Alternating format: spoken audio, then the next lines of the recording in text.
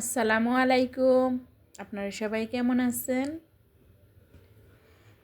আশা করি আল্লাহর অশেষ রহমতে ভালো আছেন। তো আমি আজকে শীতের পরন্ত সন্ধ্যায় নিয়ে আসলাম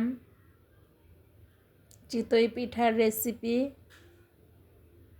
আপনারা কে কে পিঠা খেয়েছেন এই শীতে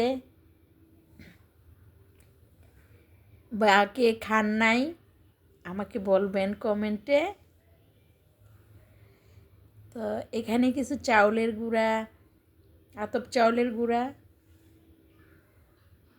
মেখে একটা ব্যাটার তৈরি করে নিচ্ছি। এটা হবে চিতই পিঠা।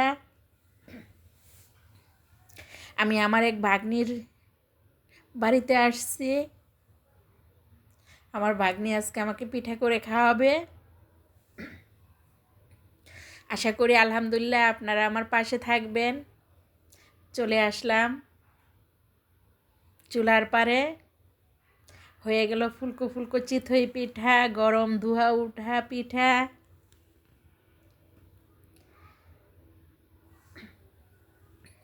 তো এটা পিঠাটা খাওয়া হবে সরিষা ভর্তা দিয়ে। আমার প্রচণ্ড ঠান্ডা লাগছে, বাট শীতও লাগছে। শীতে কান দিয়ে ধোয়া উঠা সরিষা ভর্তার সাথে গরম গরম চিতই পিঠা দারুণ লাগবে। আপনারা কে কে পিঠা খান নাই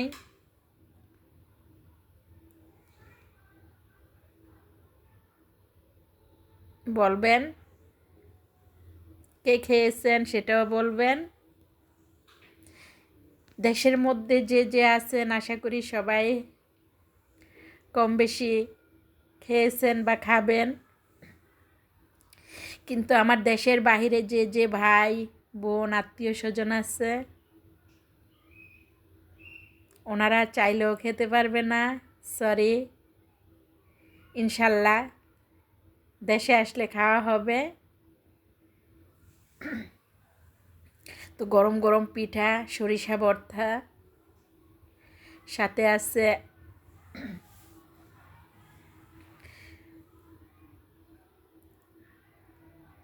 বিসমিল্লাহ ঝাল। তো এটা হলো মাটির বাড়ি। মাটির বাড়ি অনেক সুন্দর।